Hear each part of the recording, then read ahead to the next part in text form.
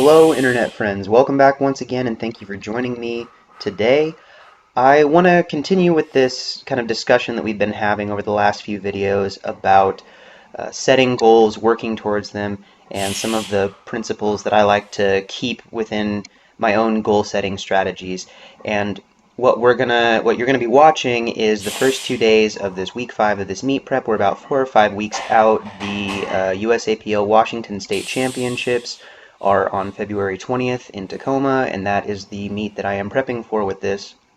So you should see the weights starting to get a little bit heavier, the rep scheme starting to shift a little bit more to help taper down some of the volume while still allowing me to keep working to get stronger and condition myself for heavier attempts. Overall, feeling pretty good. Um, Even on the days when the work doesn't feel perfect, I still feel like I am making progress. I feel like, considering the fact that I've dropped down a weight class, that things are going pretty well. But that also makes me want to point out what we're going to talk about today, which is the idea of never settling once you've set a goal. And I think there is this big common held belief that if you get to the end of a goal and you don't quite reach it, if you are at the end of the time that you've been pursuing this goal and you don't quite make it to what you were trying to do, we tend to try and justify our actions and almost make excuses for the situation. And while I'm not trying to encourage a negative outlook of saying, "Oh, you failed and you're terrible or you're horrible or you're worthless because of this thing you weren't able to do," I do think it is important to kind of accept the fact that failure does happen and to be more comfortable with the idea that it's a possible outcome. We always hear this kind of mentality from people that say failure is not an option. Failure is the most readily available, easiest option every single time. It's the one thing that you can pretty much guarantee with any goal that you set. You can guarantee a way to fail, and so it's ridiculous to say that it's not even on the table as something that could happen. But what I think is the most important is to learn from the times when you don't quite make it and to not make excuses for why it happened, because then you don't learn from it. Then you maybe feel a little bit better about it, but you can walk away and say, well, something and so or whatever. Kind of the way that I could be approaching if things weren't going very well right now, saying that, oh, well, my body weight has been coming down, and these can be reasons for it, but don't let it take the place of a potential opportunity to learn more about yourself and learn about from the experience. That's where we grow. You get the most incentivizing feedback from situations that you have worked really hard for and they don't turn out the way that you want to. Um, and keep that in mind.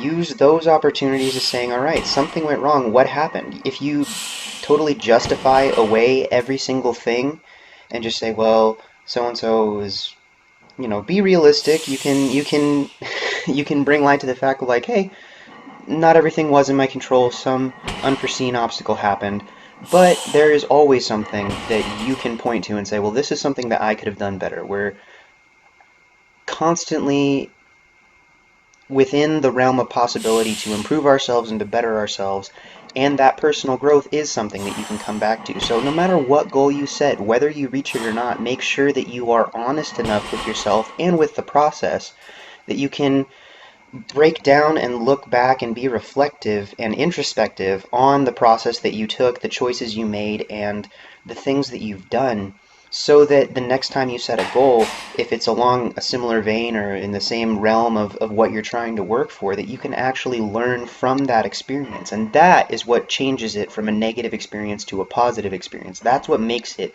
an opportunity to learn and grow. Not by justifying it constantly and saying, well, it didn't happen because this isn't fair and all this other stuff. If you're throwing out your blame thrower, you're not going to benefit from it. So take any kind of negative experiences that you're having with that, allow yourself to become introspective and to benefit from those so that they turn from that negative thing into a potentially positive future influence. And that's really just what I wanted to get to today. As I said, though, I'm pretty happy with how things are moving forward. I'm nervous and excited to get back to a meet. It's been a while, and I have high hopes. I do want to thank Eric Hanney, the entire strength the entire Strength Athlete family for being supportive, at least up to this point. We've got a lot of big things coming this year. Also, want to do a quick little plug that Strength Crew, the clothing company that my shirts are made through, we are kind of going through a shift in how things are run right now. Currently, I am the one who is responsible for all of the shipping of that product. So if you guys are ever interested in any of the kind of stuff that I'm wearing in these videos or whatever, go and check out the Strength Crew um, website. That's going to be linked in the description. And if you feel like getting any of those things, go ahead and know that it's coming from me with lots of love. So, hope you're all doing well. I appreciate you taking the time to watch this video, and I will talk to you all very soon. Have a great day. Bye.